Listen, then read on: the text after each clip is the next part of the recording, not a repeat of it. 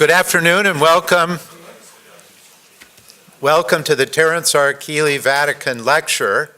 I'm Jim McAdams. I'm the director of the Nanovic Institute for European Studies, and I'm just delighted to see all of you, to see this great audience attend what is one of our most important, most significant events every year.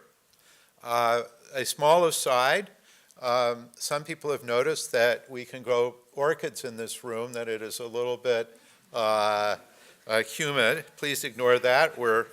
I'm sure we're working with somebody someplace to resolve this. Meanwhile, the orchids are doing very well. And so 14 years ago, our good friend Terry Keeley, who has been an old and truly devoted supporter of the Nanovic Institute, and who is one of Notre Dame's most distinguished graduates, got an idea. And the idea was, why don't we bring some of the leading lights of the Vatican every year to Notre Dame to tell us what's going on, to give us some perspective on the Holy See. Bring them here, but also give them the opportunity to see Notre Dame and bring back the good word about our university.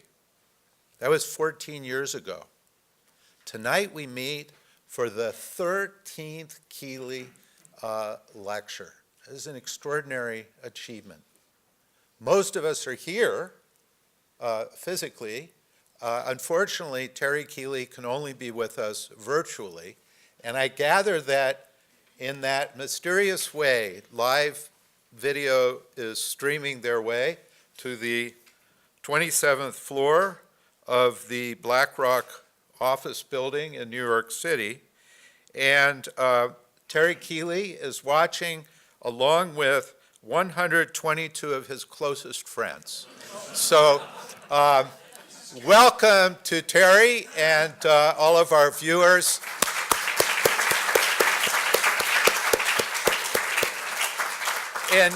In Manhattan, welcome to Notre Dame. If you've never visited our great university, we hope you will, to see just how great it is. So thank you, Terry. And right now I'm privileged to introduce one of my best friends at Notre Dame, and I was looking for where he is. He's sitting right there, Father Bill Lees, who will introduce our speaker.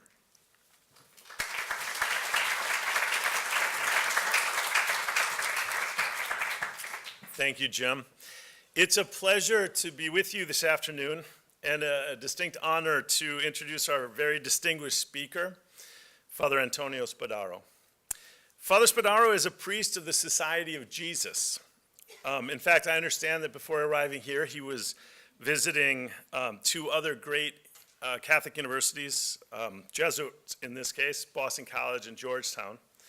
He's quite ecumenical as it happens. So we're thrilled to welcome you to this apostolate of the Congregation of Holy Cross, the University of Notre Dame. A Sicilian Italian by birth, Father Spadaro entered the Jesuits in 1988 and was ordained a priest in 1996. He earned degrees in philosophy, fundamental theology, and social communications before completing his doctoral studies in theology at the Pontifical Gregorian University in Rome. Since 2011, Father has served as editor-in-chief of the highly influential and globally important journal, Civiltà Cattolica. For those unaware of the importance of this journal, suffice it to say that since its founding in 1850, yes, 1850, this journal has been a must-read for understanding the global currents within Catholicism, the Society of Jesus' remarkable charism, and their insights into the pastoral realities and theological questions of contemporary life. And I dare say it may be important and valuable in comprehending the thinking of our current pontiff, Pope Francis. Father Spadaro is a frequent speaker and an astute commentator, and he is a consultor of the Pontifical Council for Culture and the Holy See's Secretariat for Communications. Friends, The Second Vatican Council's enormously important pastoral constitution on the church in the modern world, Gaudium et Spes, famously begins this way, and I quote, "The joys and the hopes, the griefs and the anxieties of the men of this age, especially those who are poor or in any way afflicted, these are the joys and the hopes, the griefs and the anxieties of the followers of Christ." End quote. This sentiment is very much alive in Father Spadaro's writing and thinking. He believes that the church must be close to the joys and sufferings of the world, that the church must be close to all those who are in need, always sharing the mercy of the risen Lord. We are honored to welcome him to Notre Dame, and we are grateful that this afternoon he will reflect with us on the geopolitics of mercy. Father Spadaro.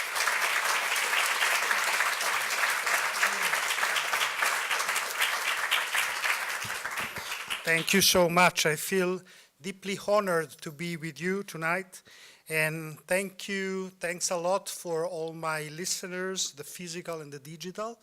So those who are listening through YouTube, I guess. And I had a wonderful experience here at Notre Dame University. I felt very welcomed. I had wonderful lunches and dinners, and not just because the food, but also because the conversations. So I'm going to leave tomorrow morning, but I really enjoyed this experience. And so this is part of my experience in Notre Dame.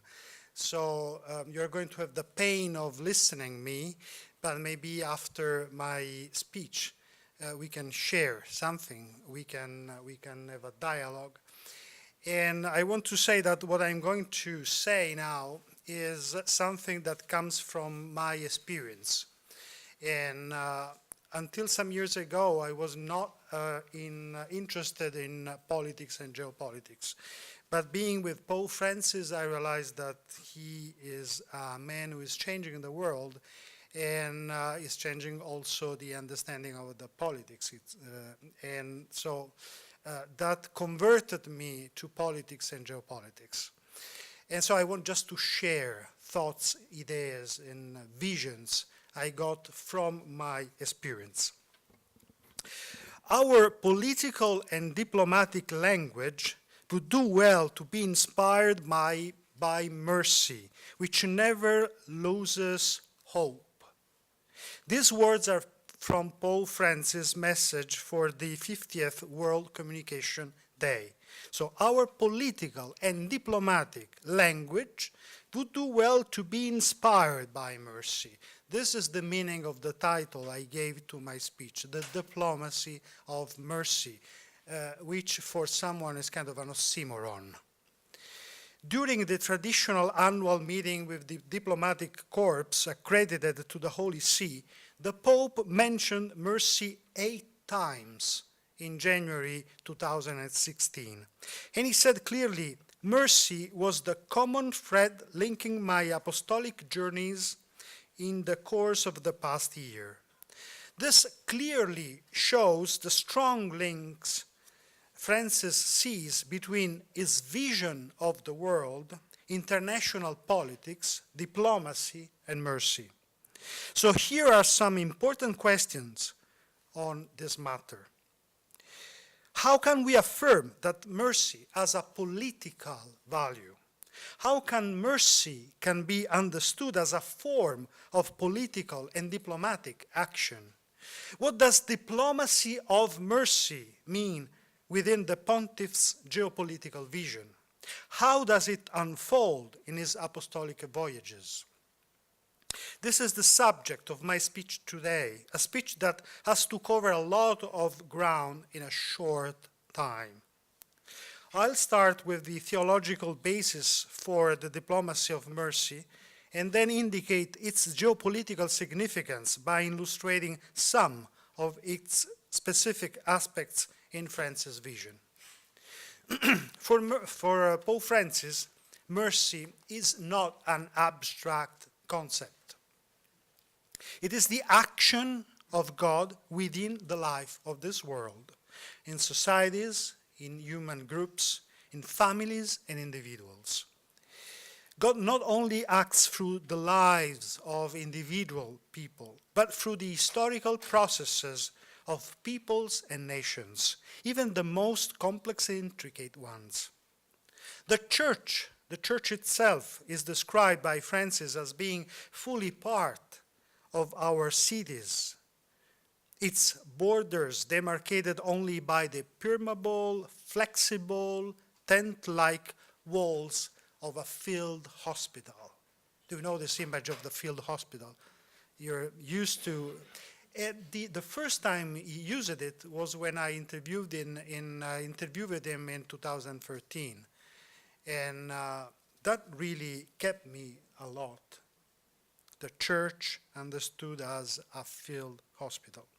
The church is in the middle of the field, not set aside on a mountain, not retreating like a bright, isolated, distant lighthouse. The church is more a torch than a lighthouse. Francis's option is the same as that of St. Ignatius. God acts in the world. So if you want to find God, you have to go in the world. You have to stay in the world. You have to deal with the world. In his first full interview in 2013, published in the journal of which I'm the editor, La Civiltà Cattolica, Francis said, God manifests himself in time and is present in the processes of history. This gives priority to actions that generate new dynamics. And it requires patience, waiting. For Francis, mercy extends over time, guiding people toward processes of reconciliation. So how does mercy act in time? When is the time of mercy? In his homily at the Mass on January the 1st, 2016, which was the 49th World Day of Peace, Francis proposed a reflection on the meaning of time and history. In particular, he recalled how Jesus was born when the fullness of time had come. The fullness of time had come. But the Pope says that if we look at history, we see that the fullness of time of which the Gospels speak, in fact, was the worst of times.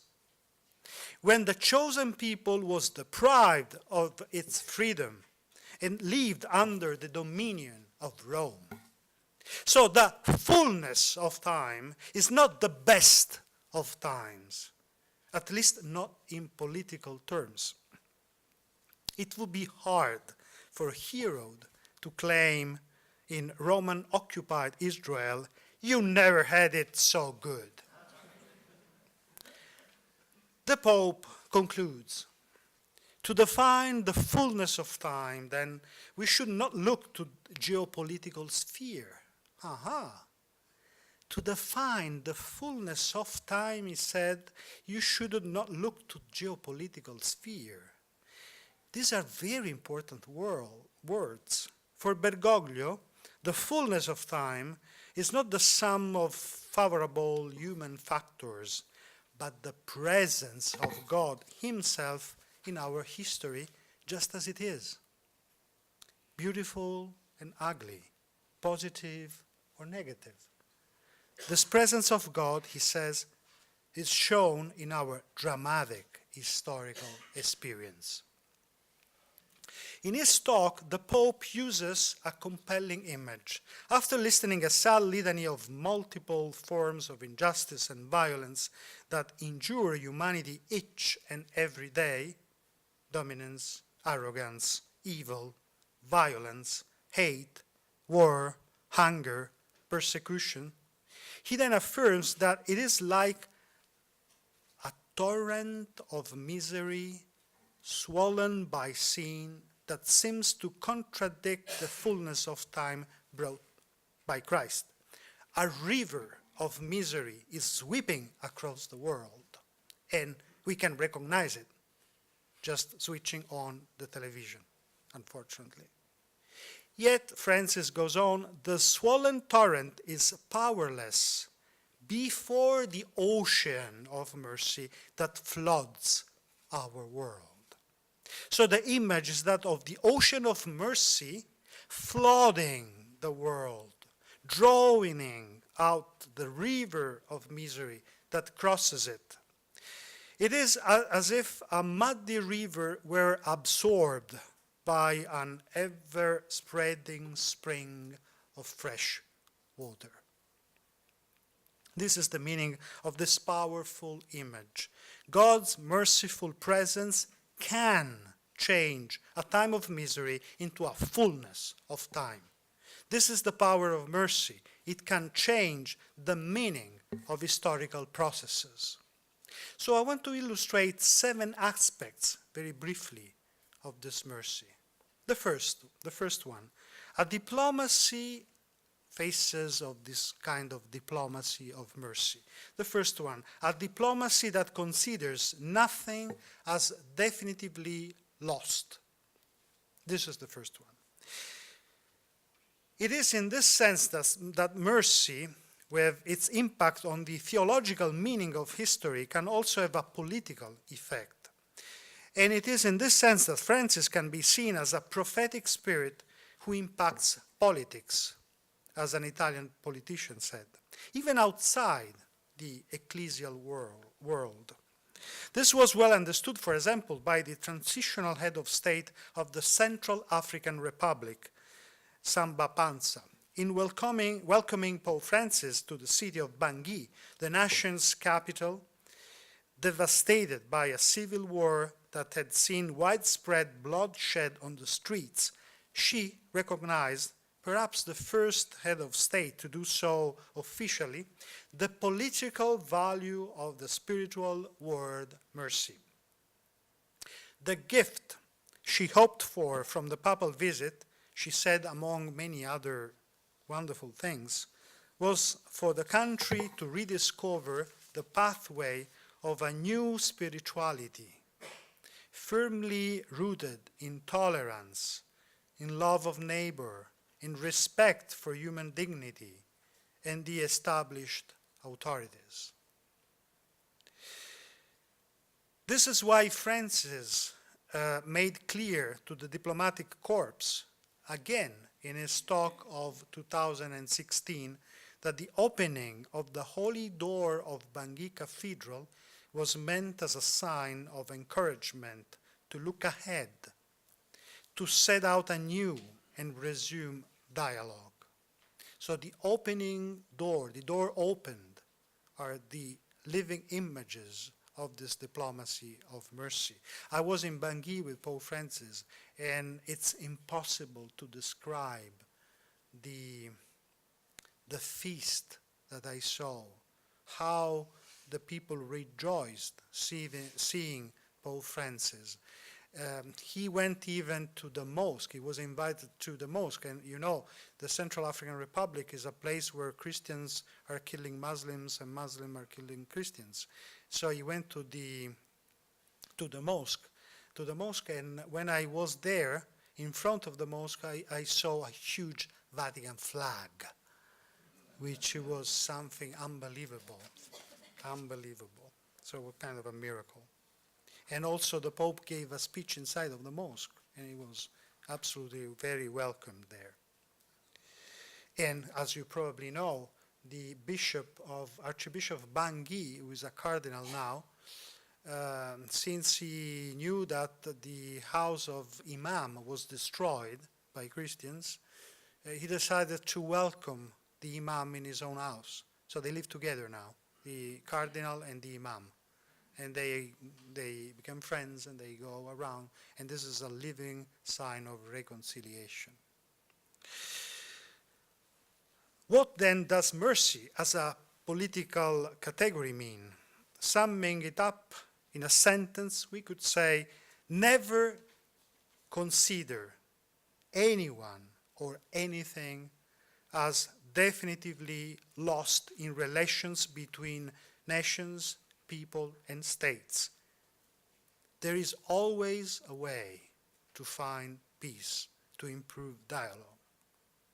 This is the heart of the political significance of mercy. Second aspect of this diplomacy of mercy. An incomplete and open diplomacy. The fluidity of the images of the river and the ocean helps us grasp why Pope Francis has never embraced watertight concepts or theories when faced with international crises and situations. The dynamic of mercy obliges us, even conceptually, to operate in a way that allows for open thought or incomplete thought, as Pope Francis defined it when I interviewed him in 2013 for Civiltà Cattolica. And I want to quote actually an author who is very appreciated by Pope Francis, who inspired him a lot. And this author is Fyodor Dostoevsky. Do you know him? Have you ever read him? And he wrote many books. But the books Pope Francis liked the most is Notes from Underground, which was written in 1864. The protagonist supports the idea of 2 times 2 making 5, spending several paragraphs considering the implications of rejecting the statement 2 times 2 makes 4. His purpose, the purpose of Dostoevsky, is not ideological, however. Instead, he proposes that it is the free will that makes mankind human. And I quoted this expression in 2 free tweets, and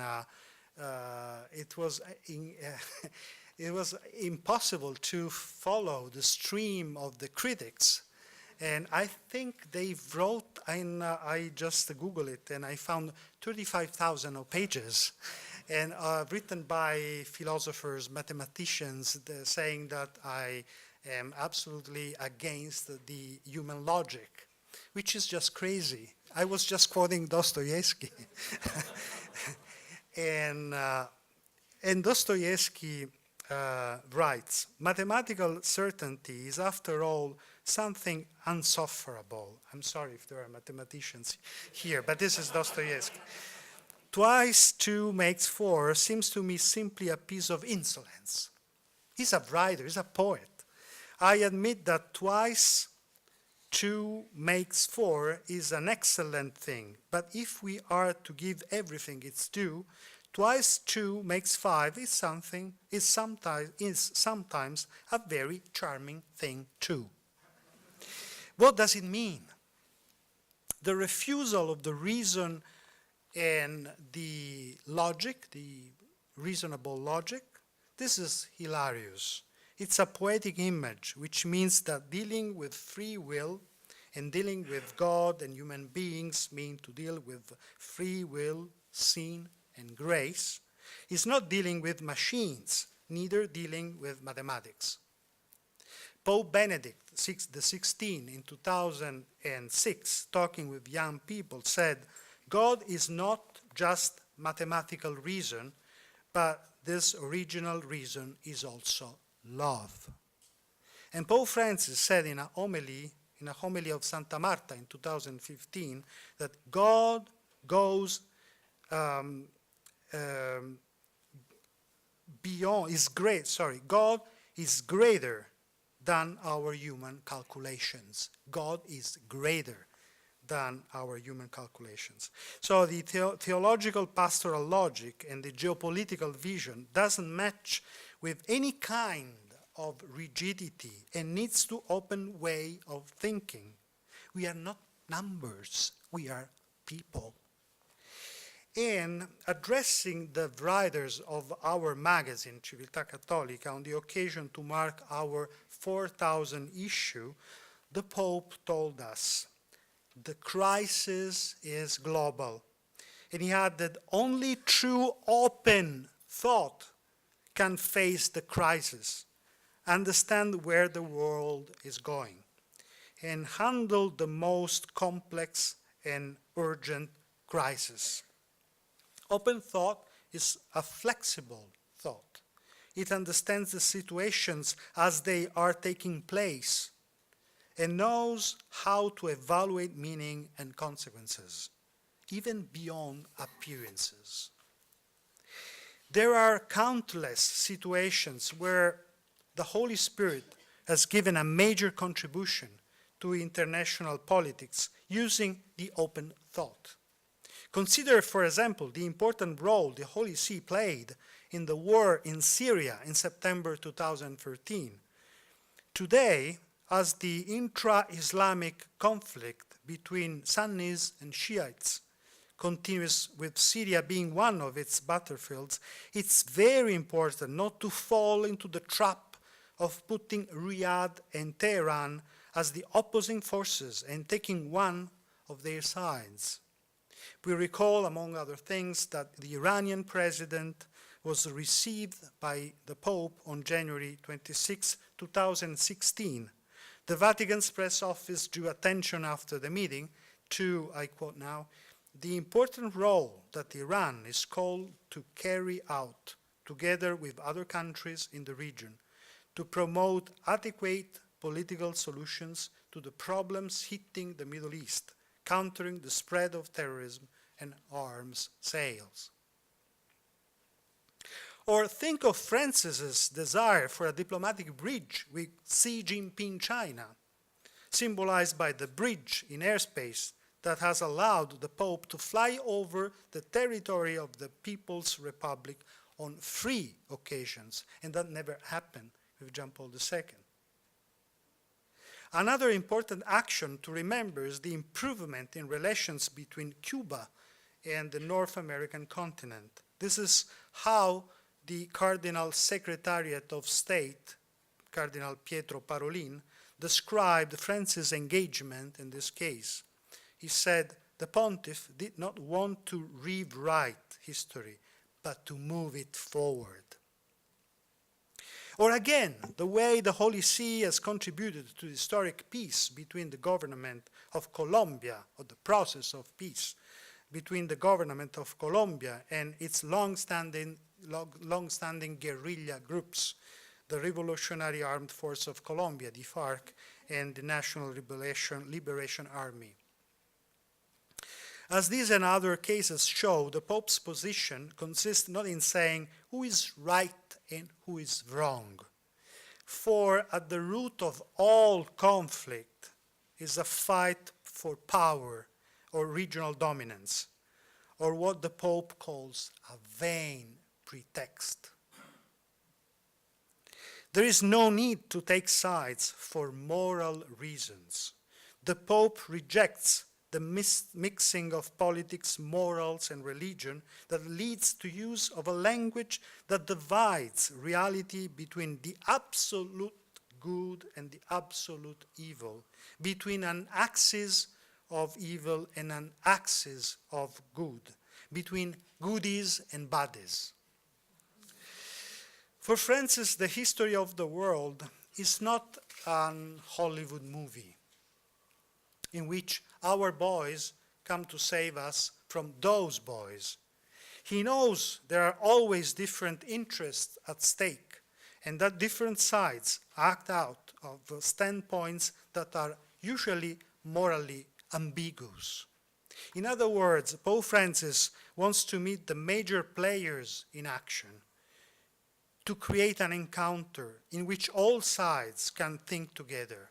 This is the point. Think together, being together for thinking a different world, seeking the greater good, exercising a soft power that is the specific characteristic of the international politics. The same free and fluid dynamic of diplomacy for Francis has been seen, for example, in a special way here in this country, in the United States, where his speeches made sure that no one could identify Catholicism with any of the political categories of, for example, conservatives and liberals, Democrat or Republican, or any ethnic or racial groups such as the Hispanics, as against the WASP, white Anglo-Saxon Protestants, or the Irish, the Polish, the Italians. Bergoglio fully embraces St. Augustine's criticism of religion understood as an essential part of the entire symbolic and imaginary construction that sustains society by a sacralized power. Third phase, third aspect, a geopolitics that dissolves fundamentalisms. Francis never gives into the temptation to identify religion with fundamentalism.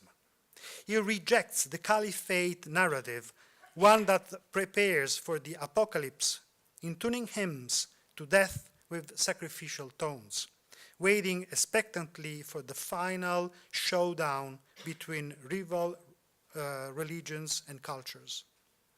The Pope is light years away from the theorist of a clash of civilizations.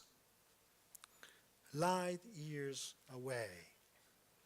And at the same time, is also empties of meaning that apocalyptic millenarism that calls itself Christian, while justifying war against what is defined in ethical and religious language as an axis of evil.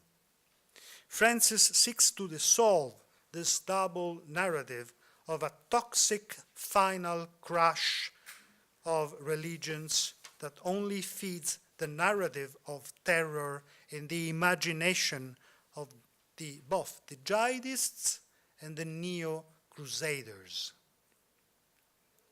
What underlies the persuasive temptation for a spurious alliance between politics and religious fundamentalism? This is the question now. My answer is fear of chaos. The political people, the political parties are convincing us to vote for them, instilling fear, the fear of chaos.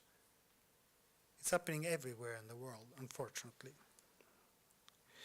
Fear of chaos. Indeed, it functions thanks to the chaos perceived.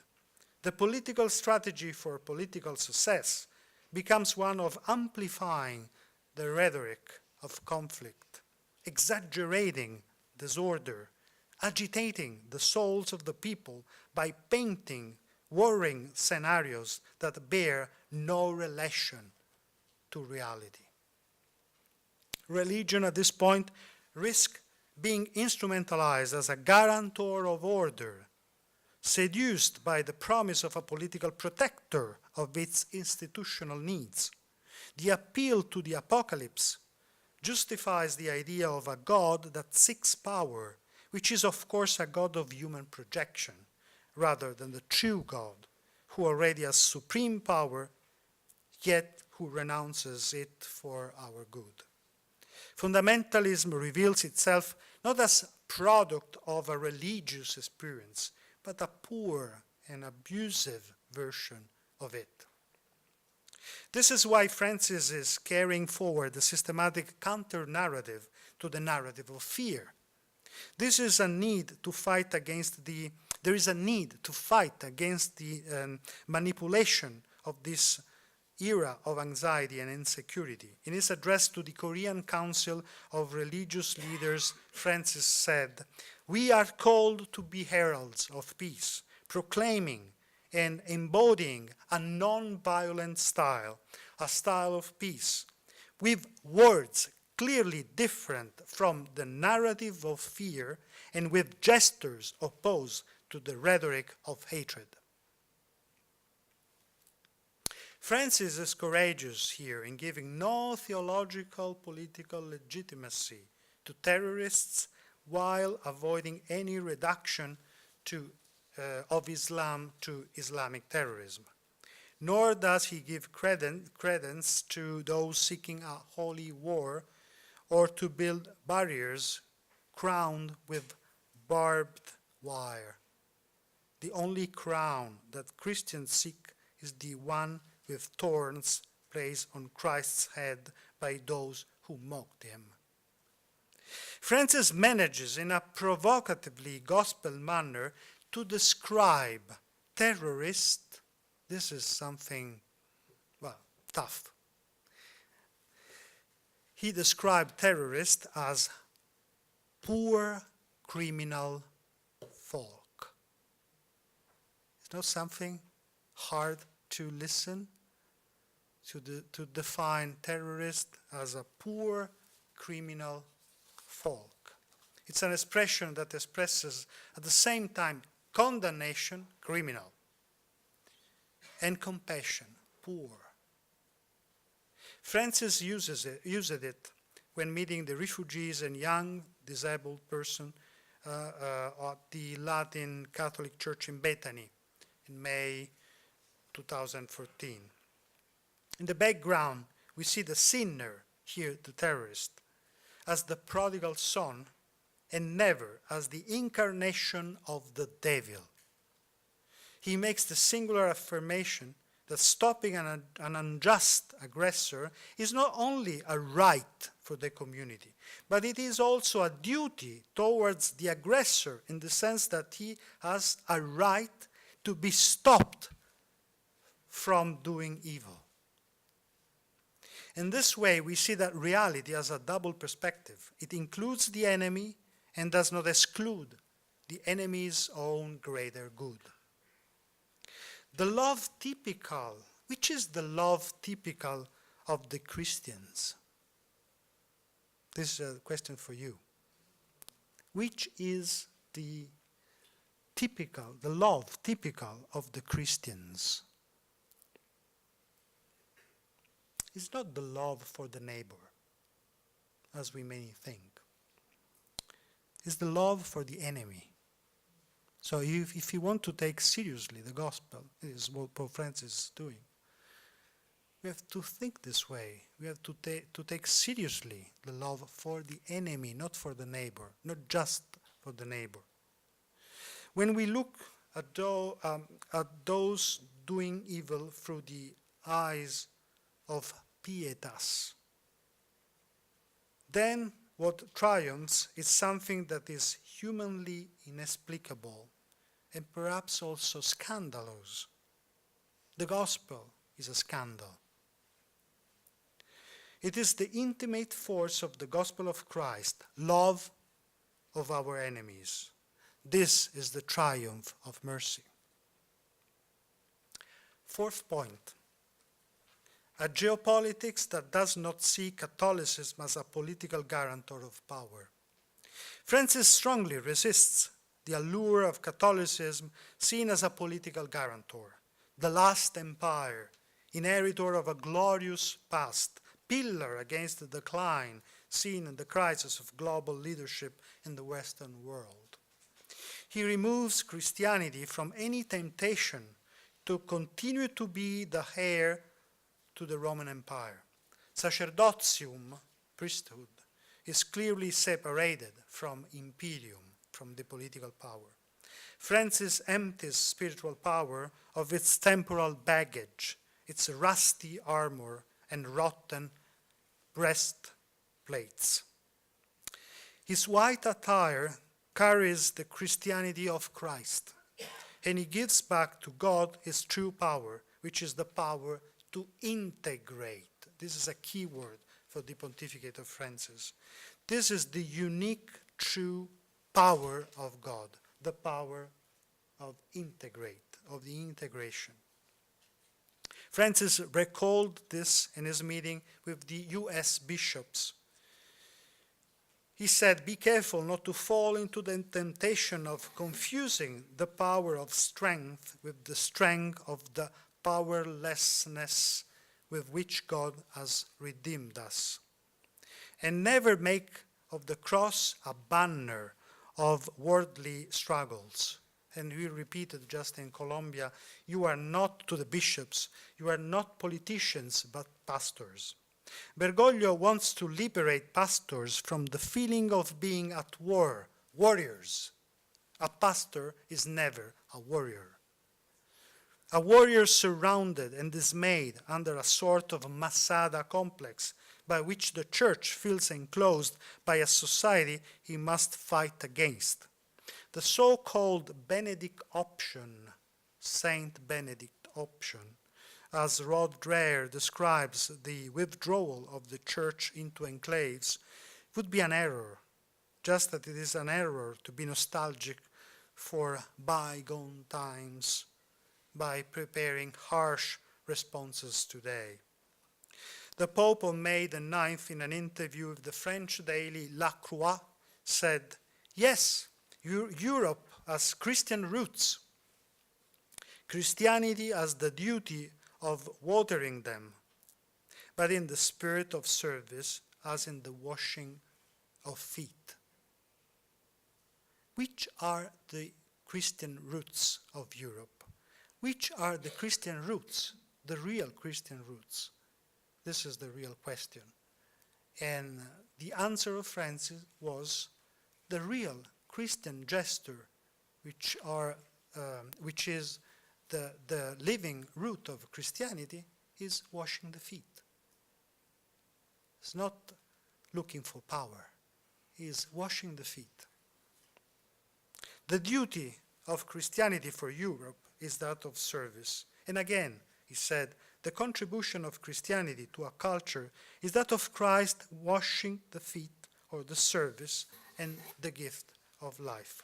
So Francis firmly opposes a Catholicism understood as the last empire, the last surviving and glorious heir to the past, while the Western world faces a crisis of leadership. Bergoglio knows that when the chosen people becomes a party, it enters into an intricate web of religious, institutional, and political dimensions that makes it lose the meaning of its universal service and sets her up against those who are far off, who do not belong, who are considered the enemy. Being party creates an enemy.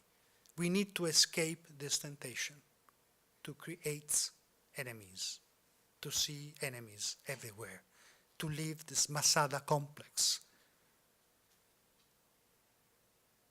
The religious element, however, should never be confused with the political one.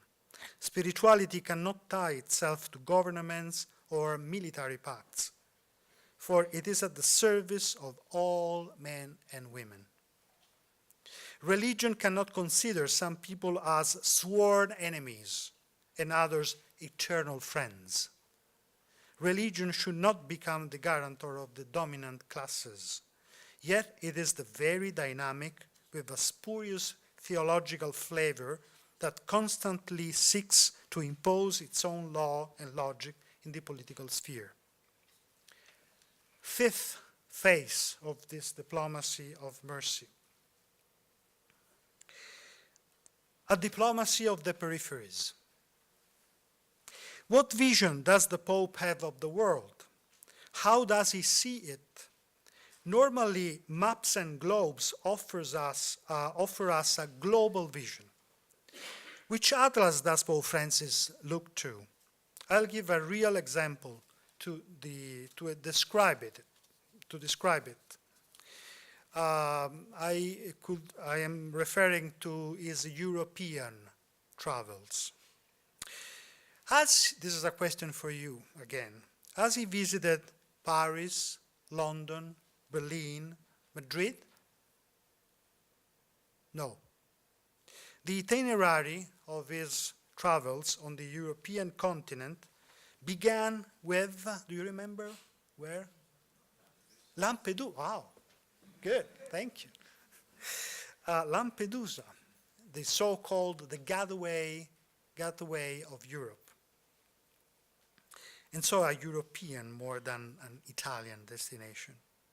And then Albania, a land that is not yet part of the European Union and has an Islamic majority.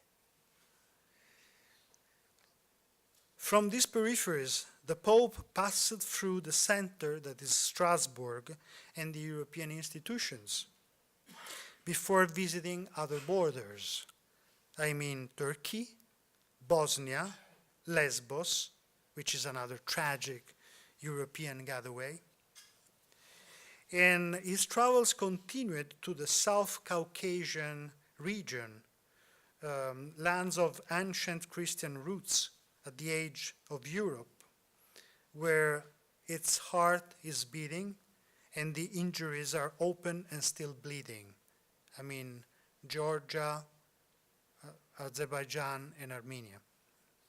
He was in Poland for the World Youth Days, and there he touched the border of horror in Auschwitz. And he went on to Lund in Sweden, and Fatima in Portugal. Fatima, not the capital, London. Lisbon, of course. He didn't go to London as well. So he touched Europe through its wider peripheries. To understand this itinerary, let us read what Francis declared in an interview released to La Carcova News, a popular magazine produced in an Argentinian Villa Miseria. Villa Miseria is like a favela, a shanty town. When I speak, he said, when I speak of the peripheries, I speak of borders. Normally, we move in spaces we somehow or other control. This is the center. When we move out from the center and away from it, we discover more things. And when we look at the center from these new things, from this point of view, from the center, we are able to discover new things.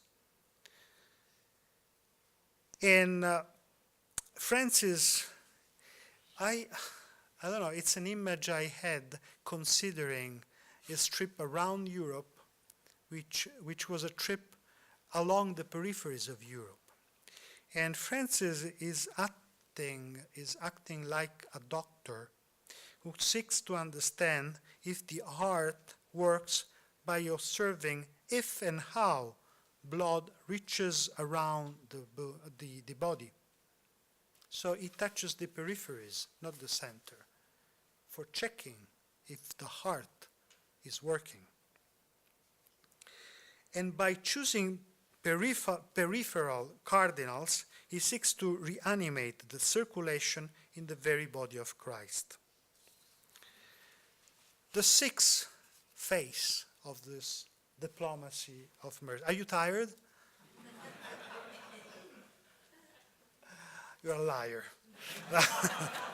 Anyway, I'll keep going. We're almost at the end.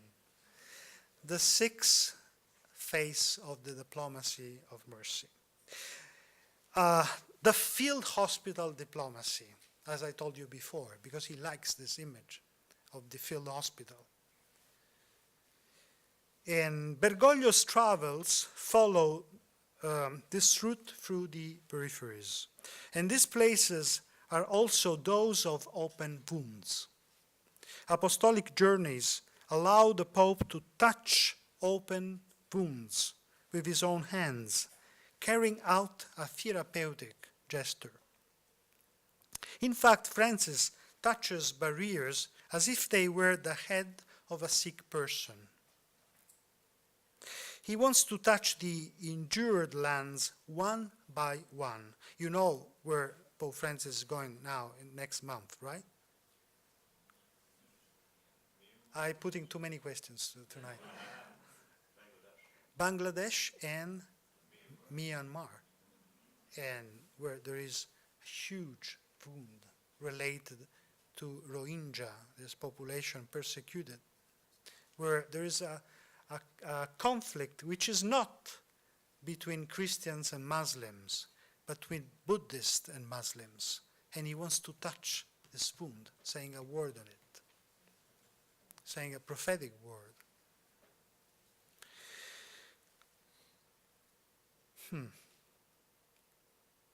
So he wants to touch the injured lands one by one. He does not want to give a speech that is general, abstract, valid always and everywhere. This is why, in his journey to the Holy Land, he touched the injuries of the wall of Bethlehem, placing his head on it in prayer.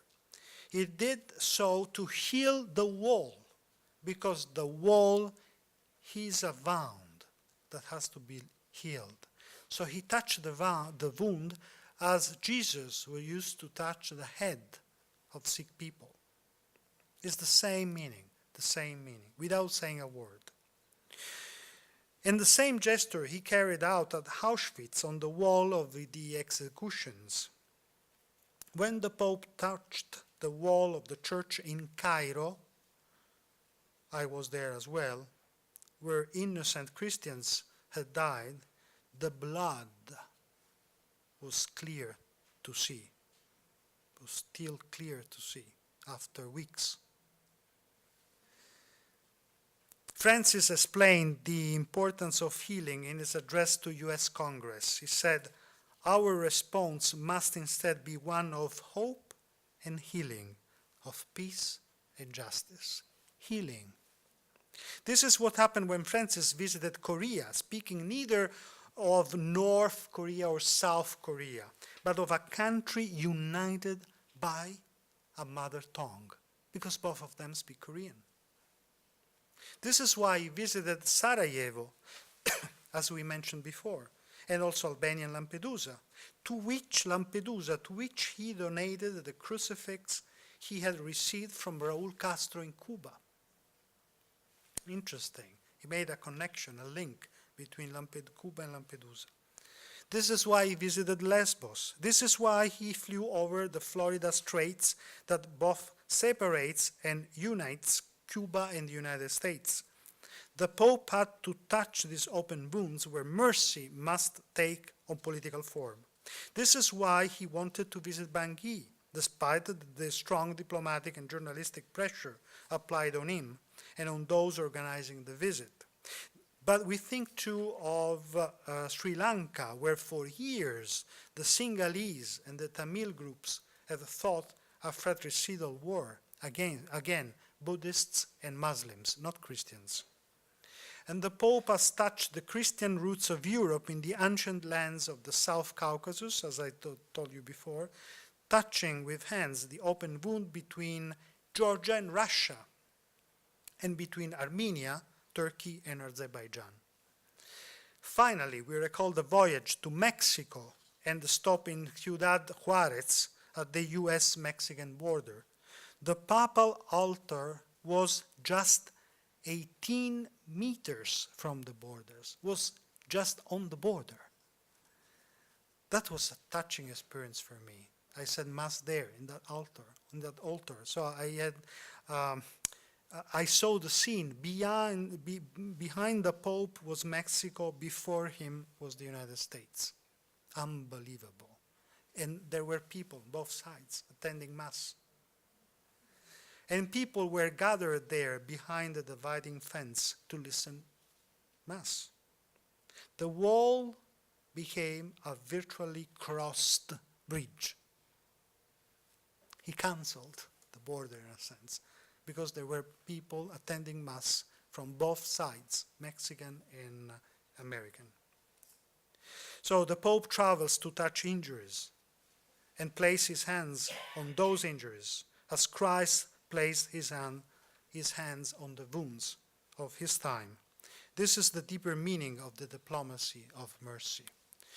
The seventh and the last phase of mercy, of the diplomacy of mercy, a diplomacy of solidarity. Bergoglio's experience and understanding of history stop him from being an abstract pacifist and ideologue. He's not a pacifist. He knows that pure peace does not exist and that humanity will always face conflicts. Conflict cannot be eliminated either from human relations or from international relations. Indeed, peace itself entails real and true battles be won. Peace for Bergoglio means acting on the most delicate areas of international politics in the name of the outcast and of the weak. Speaking to the US Congress, he was very clear. A political society endures when it seeks as a vocation to satisfy common needs by stimulating the growth of all its members, especially those in situations of greater vulnerability or risk. Legislative activity is always based on care for the people. Behind these words, there is a profound meditation on the last judgment of the Gospel of Matthew, chapter 25, one of the passages that has always been at the heart of the magisterium of Francis. Francis as a pope, but also as a bishop of Buenos Aires. Mercy, he said, is the love that leaves the misery of others as if it were your own. So peace initiative in the world living a dramatic piecemeal third world war, and there are more or less 30 pieces around the world at the moment, must always be connected to the two great social themes that concern the Pope: social peace and social inclusion of the poor. Armed conflicts have their roots in these issues. For example, Pope Francis focused on the theme of migration many times, as it produced outcasts, abandonment, and vulnerability. So here we see emerging a political name for mercy: solidarity, understood as a commitment and responsibility for the common good of our globalized world. And this is the approach that the Pope has had since the beginning with the President Donald Trump, with whom Francis has always sought to build strong bonds of peace and solidarity. I recall the traditional exchange of gifts at the end of the President's visit to the Vatican. Francis gave his guest a bronze sculpture of an olive tree with its branches uniting two pieces of dividing lands. The fracture, he said, symbolizes the division of war.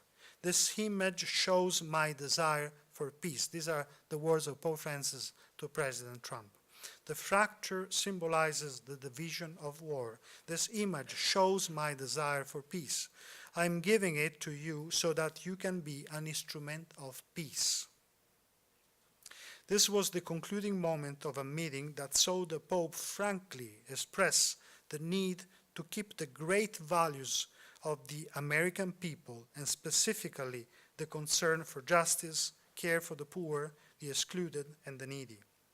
He had done so too in a telegram offering best wishes when Trump took office as the 45th President of the United States. Francis had written, "I offer you my cordial good wishes in the assurance of my prayers that Almighty God will grant you wisdom and strength in the exercise of your high office."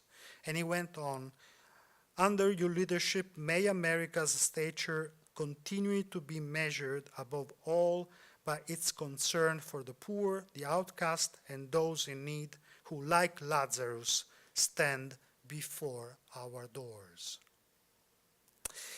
It is time to draw our conclusions. Francis is a pope who takes up courageous positions, sometimes risky ones, under a specifically diplomatic perspective. Traditional Vatican prudence can give way under Francis to paresia, made of frankness, clarity, and sometimes challenging statements. It is enough to think of his criticism of speculative financial capitalism, the memory of the Armenian genocide, he pronounced the word genocide, the formalization of relations with Palestine. This is not a classic diplomatic approach that can provide the interpretative key to the world political vision of Francis. His visionary gaze has suggested the possibility of a new global role for Catholicism. As one ambassador has noted, Benedict used the language of Western modernity that recognized a pluralism of worldviews in contemporary society while denouncing the dictatorship of relativism. Francis, while facing up to the many challenges of the cultural modernity, challenges the dominant process of social and economic polarization, which is alive, pretty alive in Europe as it is in this country, spreading across the globe with increasing intensity and marked progression. Considering the 4 talks that Francis has given to the gathered diplomatic corps in the Vatican, these are the 7 key words that recur more often. Peace, 93 times. Community, 27 times. Migrants, 26 times. Dialogue, 23 times. Culture, 22 times. Development, 18 times. Dignity, 17 times. Francis' words on diplomacy are all bridge words. But let me give you the 8th word too. East. 16 times. East. Interesting. Is this perhaps an indication of direction? My address to you tonight has sought to spell out the geopolitical significance of Francis's diplomacy of mercy through 7 specific aspects in his vision. A diplomacy that considers nothing as definitively lost. An incomplete and open diplomacy.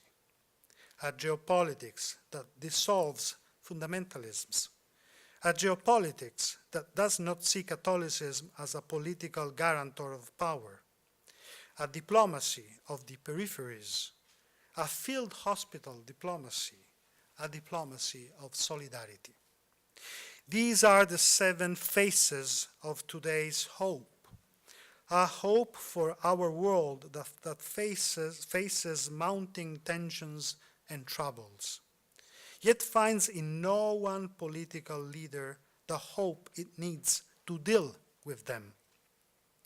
In his geopolitical vision and diplomacy, Francis offers us these 7 signposts, 7 paths to another future, 7 ways that refuse to let conflict have the last word, 7 ways in which God, in his healing and hope, comes alongside our hurting world.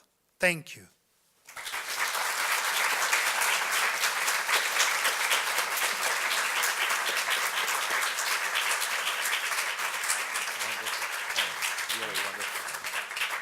So we have some time for questions.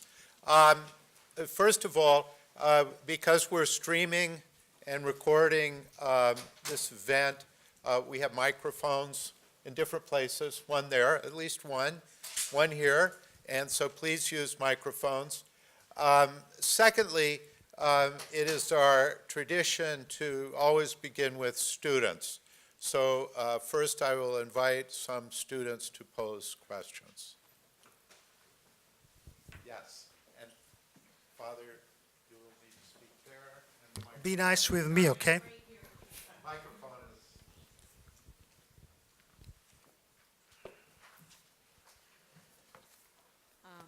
Father, first of all, thank you very much for coming to visit us out here, out west at Notre Dame. It's really a pleasure to have you here. Thank you. My first question for you is about geopolitics and Francis. It seems to me the way you were describing many of Francis's predilections, actions in the sphere of geopolitics, it reminded me a lot of John Paul II.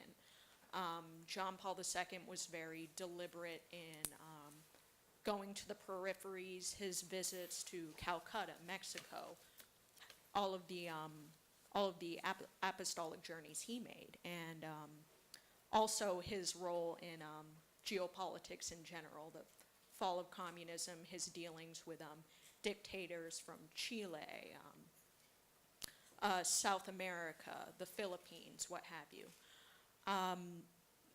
So I have sort of a two-part question. My question is, what then makes Francis different from John Paul II in his involvement with geopolitics? I understand the historical situation is entirely different from the Cold War. So that's the first part of my question. The second part of my question is, you mentioned the controversy around, imagined or whatnot, around your 2 + 2, 2 + 2 = 5 tweet. Next 5.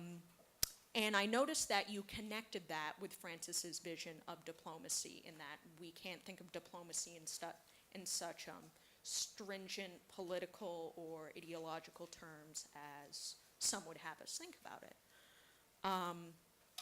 My question for that is if you could clarify your train of thought there, and how it seems to me the issue that many people were having with that tweet was the connection between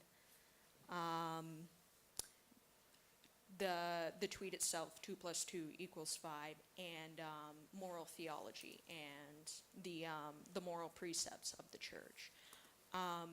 So I was a little confused in how you made that connection between 2 + 2 = 5 to diplomacy, where it seemed the issue that many people were having was between the tweet and the church's moral tradition. So I'm sorry if I rambled, if that makes sense. Thank you very much. I'll try to be very brief, of course. I don't want to give another lecture after the first one.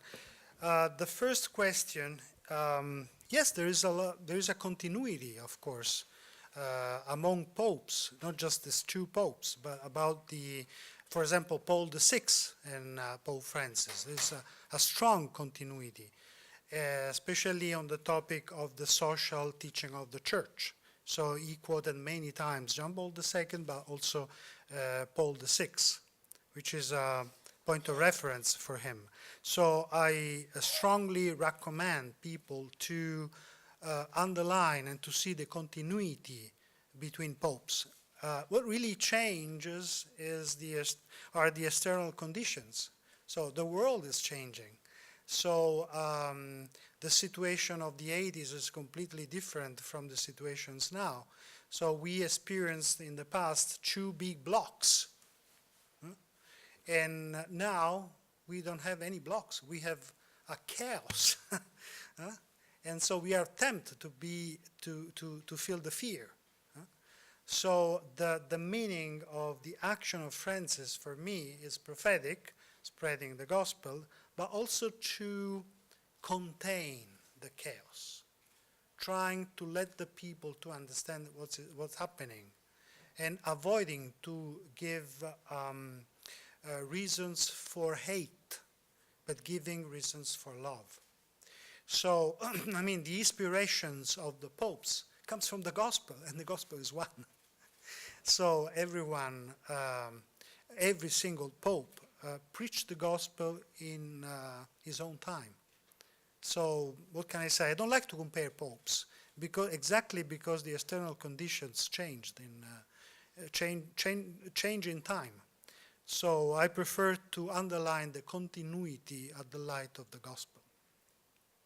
So of course there is a big difference between Francis and John Paul II, but that comes from the situation of the world, and responsibility comes from challenges, and the challenges are different.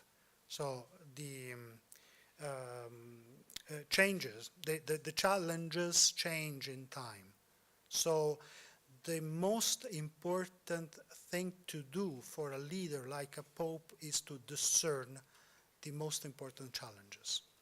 The second question, yes, it's still very weird for me, I have to say, so I don't know what to say, because for me it's a poetic image just for saying that if you talk about love, for example, I made another example. If you have 2 apples and 2 pears, if you put them together, you can't say that you have 4 apples, because you have 2 apples and 2 pears. So at the pastoral level, because you asked about the pastoral level, I can say that if I am a confessor and I listen to people, I can consider all of them equal, because I have my story and you have your story. For example, I'm a priest and you are a serial killer. You are not, of course. But, okay, for a moment, you're a serial killer. And so you kill someone, which was the 20th victim of your evil vision of the world. I don't know. The evil behavior. I'm a priest. I was trained to love people. I was trained to discern the will of God. What do you think? The responsibility of your acts and my acts are equal or different? The fact itself is objectively wrong at the same way. But the conscience and the responsibility is different. And I saw that, for example, in Colombia. In Colombia, we received the witness of many people who belonged to the guerrilla and people who were victims of the guerrilla. And they were sitting together, and even they hugged each other at the moment of peace. That was breathtaking. And I listened to a witness given by a former member of the FARC, of the guerrilla, and he said that he joined the guerrilla, he was obliged to join the guerrilla when he was 14. And now he's in his 40, more or less. So he was trained to be a killer, you know? So the fact itself, but this is Thomas, St. Thomas. So the fact itself is objectively wrong at the same way if the two of us kill a person. But the subjective responsibility is different. So, I mean, the logic of the will, of the free will, and the logic of the will of God, the story of God in your life is different from the life of God in my life, and the story which unfolds the relationship between me and God. And so is the love, the human love. So you can't constrain free will, love, relationship with God, discernment in a mathematical logic. This is exactly what Benedict XVI said to the young people in Rome, 2006. And so this is what Pope Francis, so the image is not Pope Francis, the image is mine. It's mine because I read the book, I love it, and I found the quotation very interesting. I never could have imagined to make such a noise. But just in this country, this is not a problem related to French people, Italian, just in the United States, So I became pretty famous, so thank you. I don't know if I gave an answer, but this is, so you can't interpret human things with a rigid mathematical logic. So I'm not saying that logic is wrong. This is absolutely clear. And theology is based on logic. But the pastoral logic has to consider other factors, which are not available to the rigidity of a mathematical logic. Another student, please. Who? Here. Right here. And then here.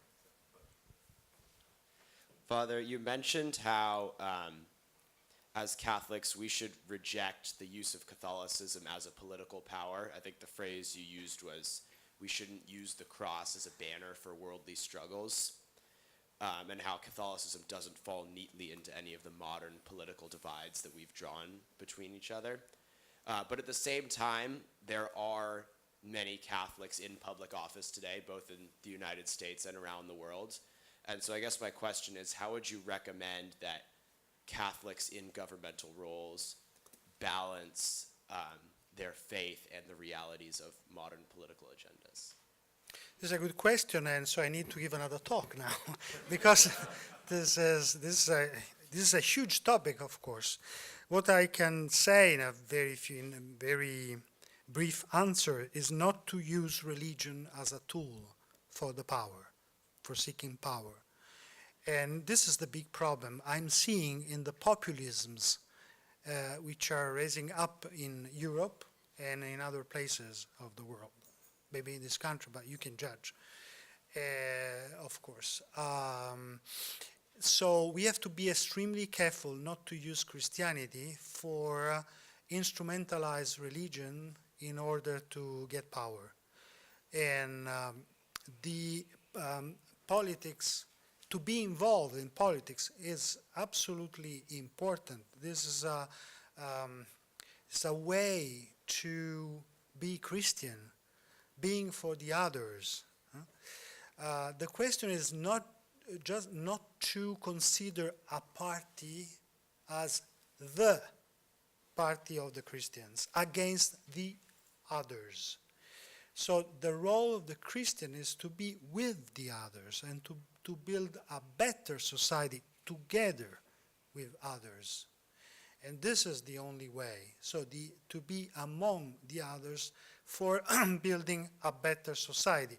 Of course, then I have my own political views, you have your own political views, but we can say that all the liberals are Christian and all the conservatives are not Christian. That all of vice versa, of course. And so we have to build a nation. And for building a nation, we need dialogue.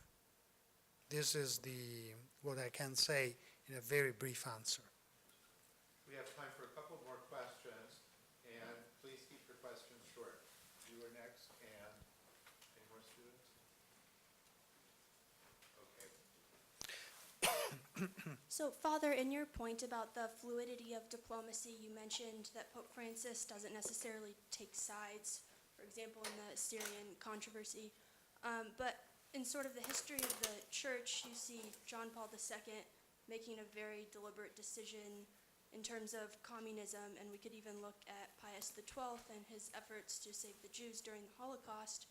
So is your point that popes should never take sides in these political battles, or that in today's circumstances that the way that we should approach it is more effective if we go along the lines of Pope Francis's diplomacy of mercy? This is a very good question, and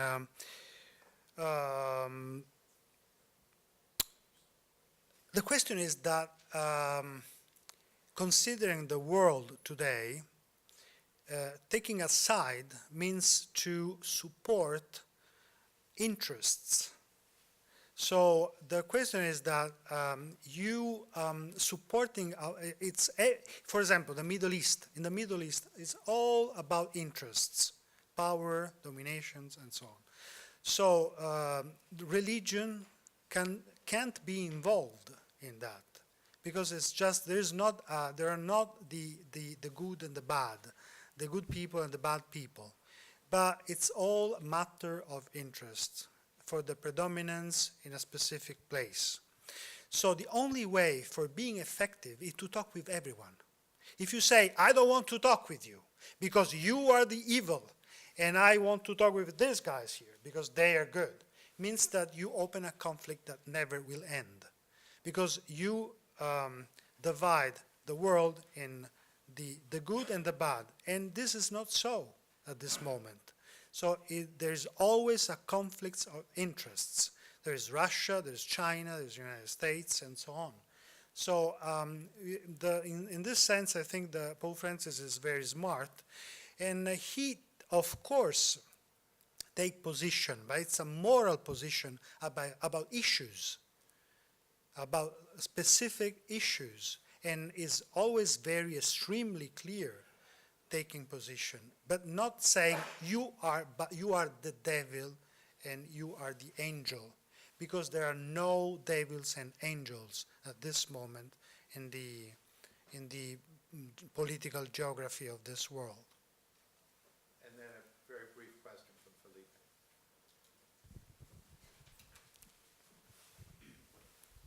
Felipe. Thank you, Joan. Thank you, Father, for those challenging, moving insights into the thinking of the Pope.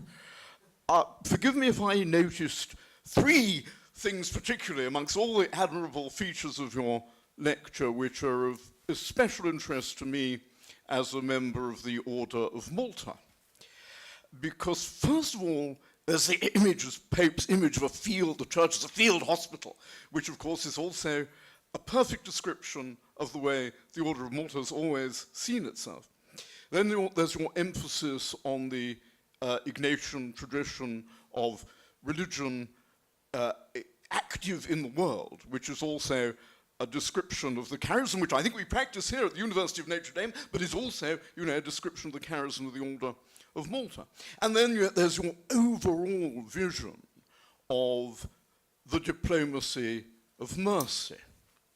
And I hope I'm right in thinking that the diplomacy of the Order of Malta is exemplary in this respect, because indeed the Order is the only organization in the world, including the Holy See, which has a diplomatic service entirely dedicated to facilitating service to the poor and the sick, and in particular, of course, using its diplomacy to expedite aid in cases of disaster.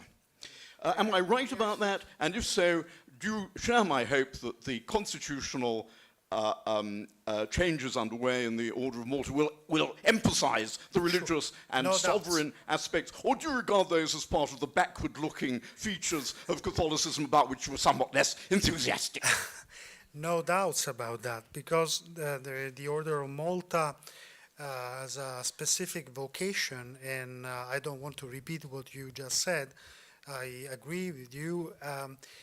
Pope Francis is saying in this moment that many, better to say the entire church, is called to follow this vocation, to follow Christ, healer of the world.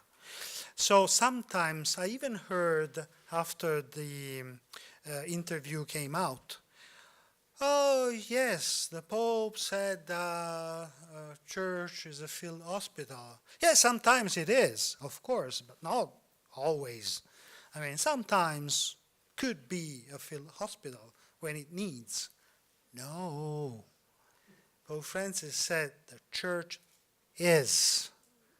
So as the fathers of the church used images for displaying the meaning of the church, the nature of the church, the image that the person that the Holy Spirit put in charge of the Catholic Church, as Peter said and repeated that many times, that the church is a field hospital. And the vocation of the church today is to heal the wounds. Well, thank you very much. Thank you.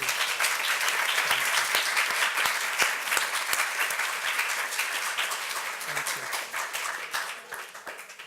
As you were speaking, I couldn't help but think about how Notre Dame is a place where to our glory 2 + 2 = 5. And it is an honor to present to you a plaque which we give to all of our Keeley Vatican Lectures.